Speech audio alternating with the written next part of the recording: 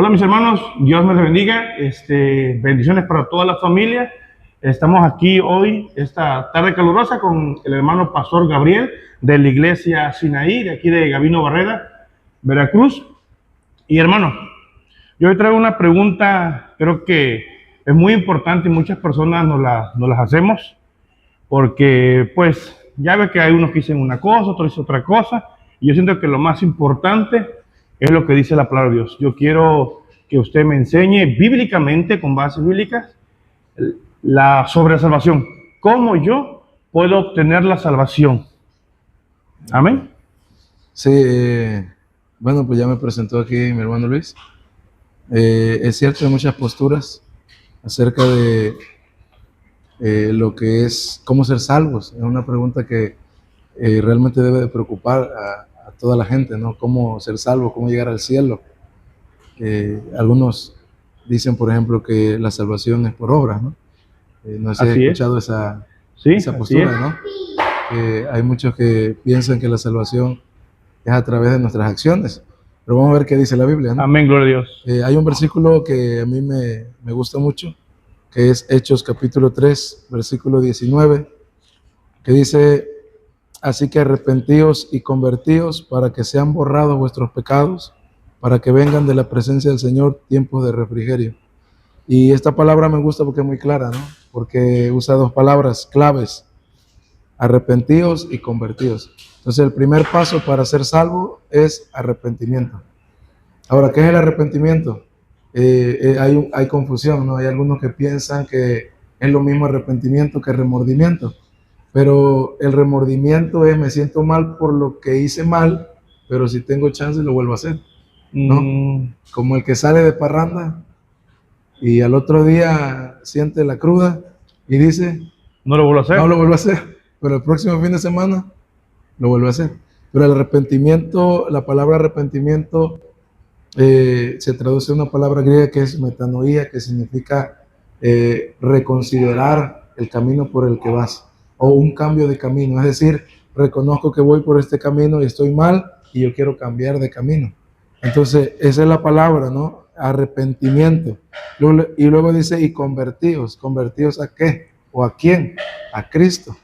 Bueno, entonces en primer lugar tenemos el arrepentimiento, reconocer que he vivido mal, que he vivido apartado de la voluntad de Dios, que he vivido conforme a mis deseos, reconocerlo delante de Dios. Y luego otro texto también, ahí mismo en Hechos capítulo 4, versículo 12, que dice: y en ningún otro hay salvación, porque no hay otro nombre bajo el cielo dado a los hombres en que podamos ser salvos. Obviamente que se refiere a Jesucristo. Amén, gloria a Dios. Entonces hay dos cosas importantes para poder ser salvos. Número uno, arrepentirse. Quizá en otro tema vamos a tocar más a profundidad lo que es la palabra arrepentimiento, ¿no? Esa palabra es muy profunda. Yo en la iglesia di una serie de 10 temas acerca del arrepentimiento. Es un tema muy profundo. En primer lugar, me arrepiento de mis pecados, y en segundo lugar, reconozco que solo en Cristo hay salvación. Entonces, todo el que hace estas dos cosas, la Biblia garantiza que será salvo a través de la obra de Jesucristo. Amén, gloria a Dios. Entonces, la salvación proviene solamente de Jesucristo. ¿Hay algo que yo pueda hacer yo, humanamente, para ser salvo? Humanamente no. Hay un pastor que dice algo que me agrada mucho. Lo único que nosotros podemos aportar para nuestra salvación es el pecado. Es lo único que podemos aportar. Y ya lo traemos. Y ya lo traemos. De ahí en fuera el hombre no puede hacer nada para salvarse. Por eso dice Hechos 4:12: en ningún otro hay salvación, solo en Cristo. Entonces, el hombre ha intentado, hoy en día tristemente, tenemos un aproximado de 4,000 religiones en el mundo, donde las 4,000 afirman llevarte al cielo. Estas 4,000 religiones solo dejan ver que el hombre hace intentos por salvarse, pero debemos reconocer que solo en Cristo hay salvación. Buena pregunta la que hiciste, pero la respuesta es: no puedo hacer nada.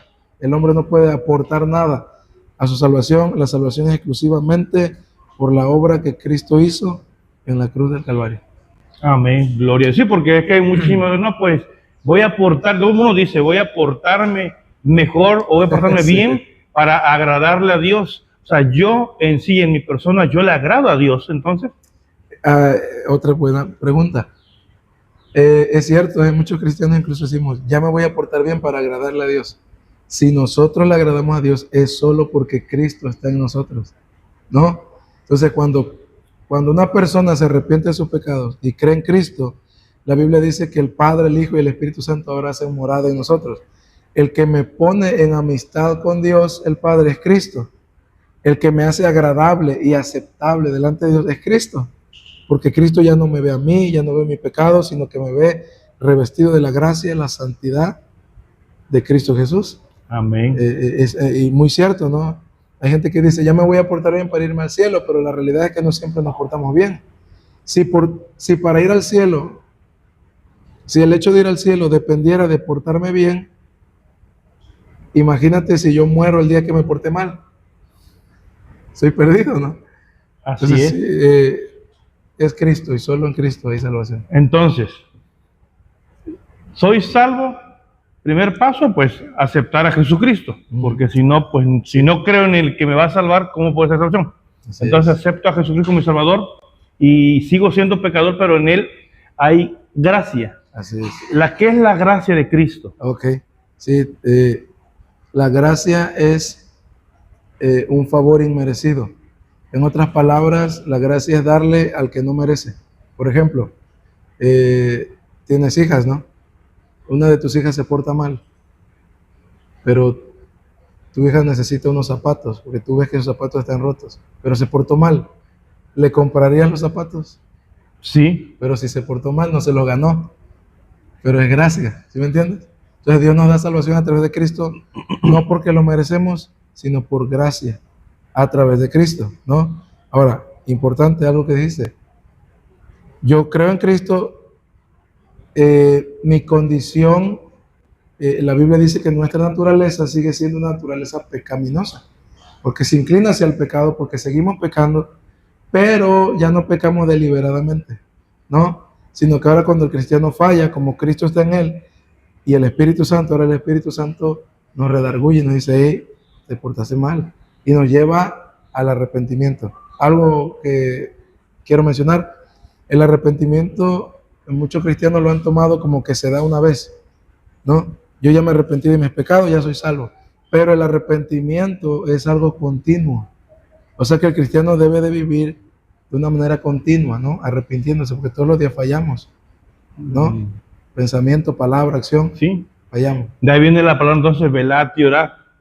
Continuamente, porque de cierta manera, continuamente todo el tiempo pecamos, tanto pensamiento, palabra y obra. Así es. Entonces, el único que me da salvación entiendo que es Cristo. Tengo que estar todos los días en Cristo para que Dios en su Hijo, me ve en su Hijo, Dios vea en mí a su Hijo y en cual alcanzo lo que es la salvación. Entonces, ya no es de que lo que yo pueda hacer, sino lo que Cristo está haciendo en mí. Entonces, tengo que dejar que Cristo completamente se manifieste en mí. ¿Cómo hago para que Cristo, cómo puedo ser yo una persona que quiero decir, Señor, entregar mi vida a ti? ¿Cómo hago para que yo viva, Cristo viva en mí, reflejarlo? Ok. Hay algo importante, ¿no? Esto que acabas de mencionar es cierto, porque hay muchos que hacen la famosa oración de fe. Exactamente. Que lo cual yo sé que a lo mejor habrá muchos que tengan una postura diferente, pero bíblicamente no encontramos que la oración de fe te salve, ¿no? Y hay muchos que piensan que porque hicieron una oración de fe y ahora viven como quieren, piensan que por esa oración ya son salvos. Pero algo que dijiste, muy importante, se trata de reflejar a Cristo. ¿Sí me entiendes? Se trata de reflejarlo a Él. Pablo dijo algo en Gálatas 2:20 y es uno de mis textos favoritos. Él dice, con Cristo estoy juntamente crucificado. O sea, Pablo estaba hablando en primer lugar acerca de que él había crucificado algo y era la carne. Fíjate lo que dice ahí, con Cristo estoy crucificado. Es decir, la carne. Y Pablo lo sigue diciendo ahí, ¿no? Dice, ya no vivo yo. Ahora Cristo vive en mí. Dice, y lo que vivo en la carne, lo vivo para Él. Entonces Pablo está diciendo, ya no son mis gustos, ya no son mis deseos, ya no es mi voluntad, ya no es lo que quiero hacer, ahora es lo que Cristo quiere hacer en mí, lo que tú decías, ¿no? Cristo está trabajando en mí. Entonces, ayer escuchaba una palabra de un pastor que me gusta mucho ver, y él decía algo, mientras estamos aquí en la tierra, nosotros estamos en remodelación. ¿Por qué? Porque Cristo está trabajando en nosotros todo el tiempo hasta que lleguemos al cielo. Y Filipenses 1:6 dice algo importante. Estoy convencido, dice Pablo, de que aquel que comenzó la buena obra en nosotros, la perfeccionará hasta el día de Jesucristo. O sea, nosotros vamos a ir siendo perfeccionados. Pero ¿cómo le hago? Que era la pregunta. ¿Cómo le hago? Bueno, para poder reflejar a Cristo, yo debo conocer a Cristo. Amén. Yo debo pasar tiempo con Cristo, ¿no? Es como, por ejemplo, ¿no? Cuando yo me caso con mi esposa, ella odiaba el café, a ella no le gustaba el café. Y a mí me encantaba el café, me encanta. Ahora ella ama el café porque estando conmigo, pues ella me hacía café y probaba el café. Y, no, la convivencia, ahora ella ama el café igual que yo. ¿A qué voy? El pasar tiempo, mucho tiempo con una persona, te va a llevar a adoptar el carácter de esa persona. Entonces yo debo conocer a Cristo. ¿Cómo conozco a Cristo? Su palabra. Su palabra. Hoy puedo decir algo. Tristemente, hay muchos cristianos que no leen la Biblia. Pero para poder reflejar a Cristo, yo debo pasar tiempo en su palabra y pasar tiempo en oración. Yo le enseño algo a la iglesia. La vida de un cristiano debe ser palabra y oración. Palabra y oración. ¿Por qué? Y esto es lo que yo le enseño a la iglesia. Porque la palabra me ayuda a conocer la voluntad de Dios y la oración me lleva a someterme a la voluntad de Dios. Amén. Así es. Gloria a Dios. Y sí, lo que tú dices es muy importante en cuanto a cómo te vas a enamorar de alguien al cual tú no le das el tiempo de conocerlo. Eso, y creo que hasta psicológicamente está comprobado.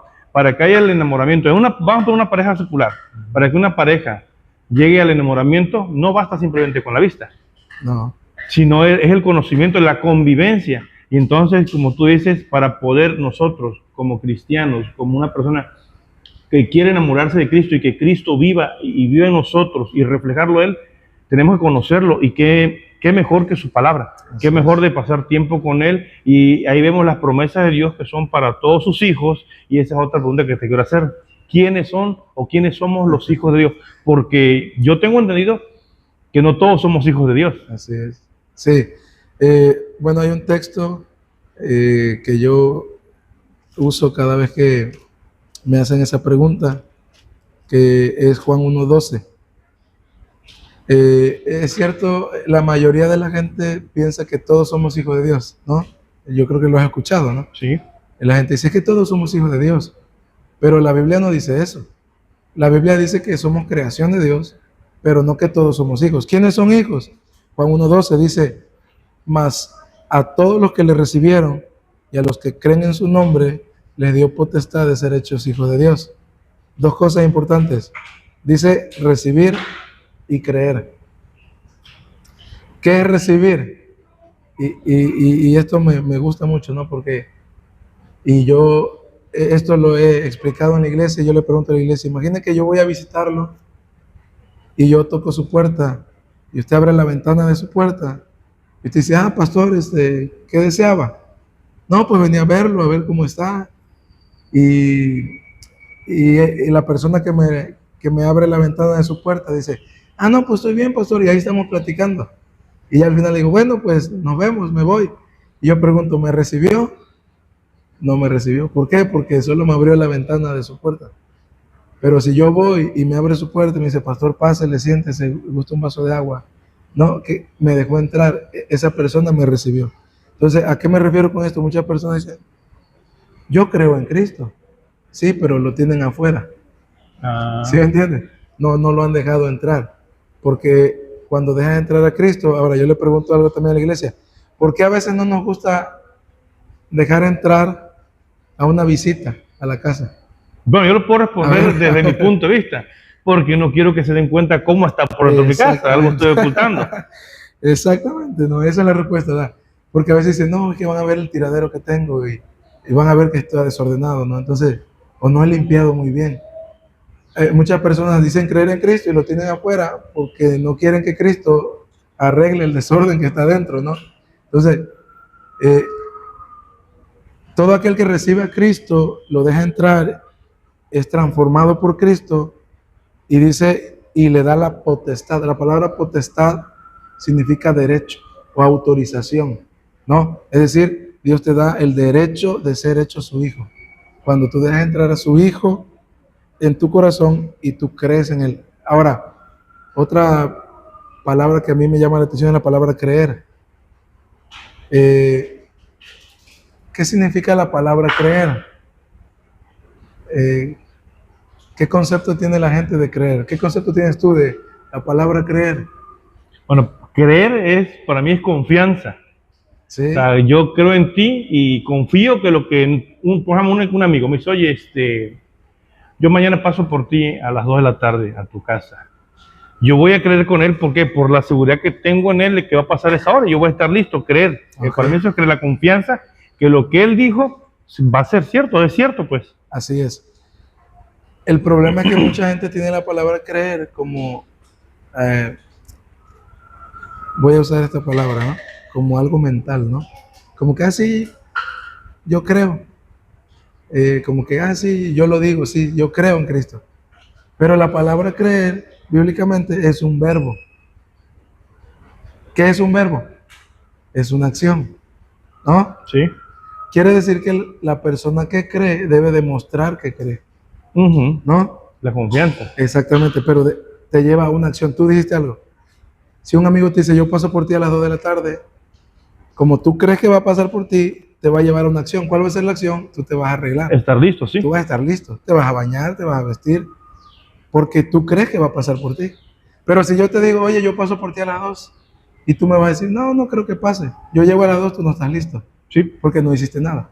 Entonces, todo aquel que reciba a Cristo, y ya expliqué brevemente lo que es recibir, y todo aquel que cree, o sea, hace una acción, su vida debe demostrar que cree en Cristo. ¿Cómo? Obedeciendo la palabra. ¿Sí me entiendes? Entonces, el que recibe a Cristo y cree en Él, tiene el derecho de ser hecho un hijo de Dios. Pero imagínate que hay alguien que no cree y vive como se le da la gana. No puede decir que es hijo de Dios. Y no porque lo dice una religión, ni porque lo decimos nosotros, sino porque lo dice la Biblia. Sí, ante los ojos de la luz de la palabra del Señor es lo que es. No por ir al templo todos los domingos a la enseñanza, quiere decir que soy hijo de Dios. O sea, las evidencias, mi salvación no va a depender de mi congregación, Así de que es. yo me congregue. No depende de eso, Sí. ¿no? Depende de Cristo en mi corazón. Entonces, ¿para qué me congrego? Bueno, el hecho de congregarse sí es algo que declara la Escritura, ¿no? Dice algo, y si me permite leer un pasaje. Amén. Bíblicamente, hermano. Así es, dice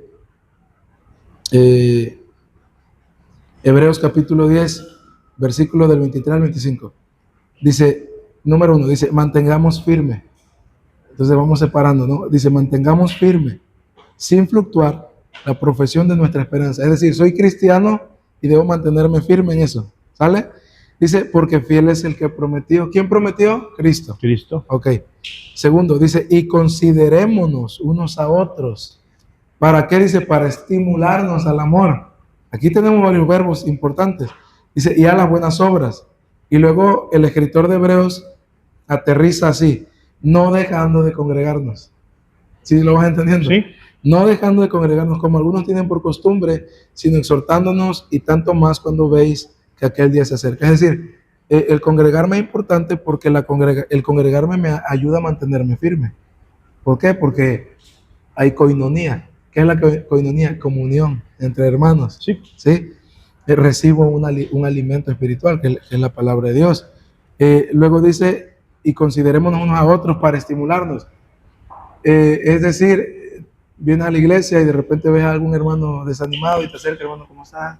Ánimo, estoy orando por ti. O, no sé, alguien que se siente mal, un enfermo, vengan, vamos a orar por él. O sea, ese es estimularse, y para eso es necesario congregarse, ¿no? Y luego dice, para estimularnos al amor, dice, y a las buenas obras, y dice, no dejando de congregarnos. O sea, es importante congregarse, muy importante, lo dijiste, el congregarme, no puedo decir que depende de mi salvación de congregarme o no, pero el congregarme es una evidencia de mi nueva vida en Cristo. Porque si amo a Cristo, voy a buscar como una persona, vámonos, un ejemplo secular que todos podemos ganar, y vamos otra vez con el noviazgo, porque el noviazgo hay muchos ejemplos. Sí. Un noviazgo, los dos se quieren, ¿sabes? Pero ¿qué pasa con el novio o la novia? Quiere ir a verla. Sí. Él espera que llegue en la tarde, a las 5 se arregla y la quiere ir a ver. ¿Por qué? Porque ahí nace en la convivencia, en lo que es el trato, crece más el amor. Así es. Entonces, el congregarme hace que yo conozca más a Cristo, y no solamente que lo conozca, sino también que ayude a mis hermanos, como tú lo dijiste ahorita, si algún hermano veo que está afligido, acercarme a él, y es como un grupo de ayuda. Así Dios nos manda a congregarnos, ¿para qué? Para entre nosotros, dice, orar los unos por los otros, ¿no? Sí, claro. Tus necesidades se convierten en mis necesidades, y las mías se convierten en la de toda la iglesia. Entonces se puede decir que la congregación nos ayuda para alimentarnos, para fortalecernos en Cristo Jesús entre hermanos y no sentirnos solos. Porque es verdad que yo puedo en mi casa leer la Biblia, puedo tener mis momentos con Dios, mis devocionales en mi casa, yo solo lo puedo hacer. Pero ¿quién va a saber que estoy triste? ¿Quién va a saber? O sea, sí, humanamente yo puedo pasar un momento muy, ¿cómo puedo decir? De aflicción, y como no hay nadie a mi alrededor, pues no voy a tener ese trato de una persona y ahí no pasa, no está solo. Sí.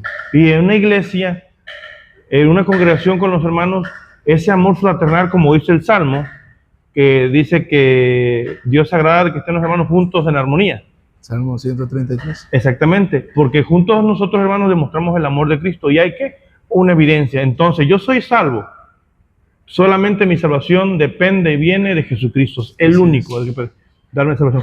Pero yo, al recibir la salvación de Jesucristo y entregarme a Él como creyente, tengo que dar evidencia. Así es. Nosotros, ¿qué evidencias, hermanos, podemos dar nosotros de que tenemos a Cristo? No de salvación, sino que tenemos a Cristo verdaderamente en nuestro corazón. Sí. Eso es algo muy importante que yo resalto en la enseñanza. Y es muy importante que el cristiano conozca que hay evidencias. No es solo decir voy al templo y soy salvo, sino que hay o debe haber evidencia de lo que es una nueva vida en Cristo. Amén. ¿Qué evidencia? En primer lugar, yo debo mostrar el carácter de Cristo, ¿no? ¿Dónde? En casa. Siempre yo digo que mi primer ministerio es mi familia. Ahí yo debo demostrar, en primer lugar, lo que es la evidencia de que ahora soy cristiano, ¿no? Hábitos cristianos, como en la oración, como en la palabra, en mi estilo de vida, en casa, en el trabajo, en la escuela, en la calle, aún dentro de la iglesia, del templo, yo debo mostrar evidencias de que yo ahora soy hijo de Dios. Esta es una serie que yo di también a la iglesia, me parece que fueron como 16 temas acerca de y precisamente la serie se llamaba Evidencias de una vida cristiana, que más adelante, si tenemos oportunidad, vamos a estarla compartiendo también, claro, porque sí. Es un tema bastante extenso, pero por supuesto que una persona que ha recibido a Cristo debe mostrar evidencia a través de su vida, debe demostrar que realmente Cristo ahora vive en su corazón. Amén, gloria a Dios. Entonces,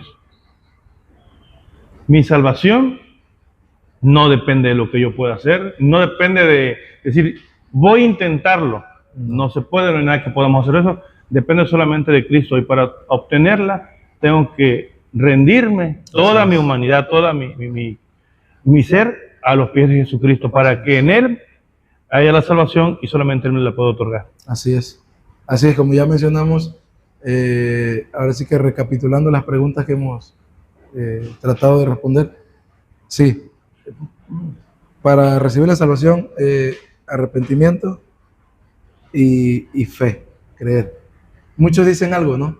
¿Qué se necesita para ser salvo? Y escuchaba yo en una ocasión a un pastor que decía, necesitas obediencia. Pero la realidad es que solo necesitas arrepentimiento y fe. La obediencia es un fruto. Amén. ¿Sí me entienden? O sea, la obediencia es un fruto. ¿De qué? Del arrepentimiento y de la fe. Y me la va a dar el sometimiento a Cristo. O sea, Así todo es. va a cambiar si yo me someto a Cristo, porque no tengo autocontrol, somos, Claro. nosotros somos carne y fallamos. El sometimiento a Cristo es el que nos va a ayudar. Así es. Amén. Así es, hermano.